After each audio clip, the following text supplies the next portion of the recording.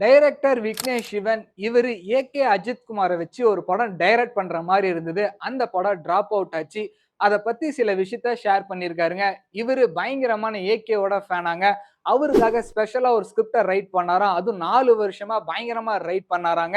இந்த படம் ஏன் டிராப் அவுட் ஆச்சு அப்படின்னு பார்த்தீங்கன்னா, இந்த படத்தோட பட்ஜெட் வந்து பார்த்தீங்கன்னா, ரொம்ப பெரிய பட்ஜெட்டாங்க. அதனால புரொடக்ஷன் என்ன சொல்லியிருக்காங்க, நீங்க செகண்ட் ஹால்ஃப்ல கொஞ்சம் சேஞ்ச் பண்ணீங்க அப்படின்னா பட்ஜெட் கம்மியாவும். அப்ப நம்ம படத்த மூவ் பண்ணலாம் அப்படின்னு சொல்லியிருக்காங்க. ஆனா விக்னேஷ் சிவன் என்னால அதெல்லாம் பண்ண முடியாது அப்படின்னு சொல்லிட்டாராங்க. அதனால தான் இந்த படம் டிராப் அவுட் ஆச்சாம். ஆக்சுவலா பிரசாந்த் நீல், ராஜமௌலி இவங்கலாம் வந்து பார்த்தீங்கன்னா, கேஜிஎஃப், ஆர்ஆர் அந்த படம்லாம் பண்றதுக்கு மெயின் காரணம் புரொடக்ஷன் கம்பெனி அவங்களுக்கு சப்போர்ட்டா இருந்தது. அதனால தான் அது எல்லாமே விஷுவலா பயங்கர ட்ரீட்டா இருந்தது.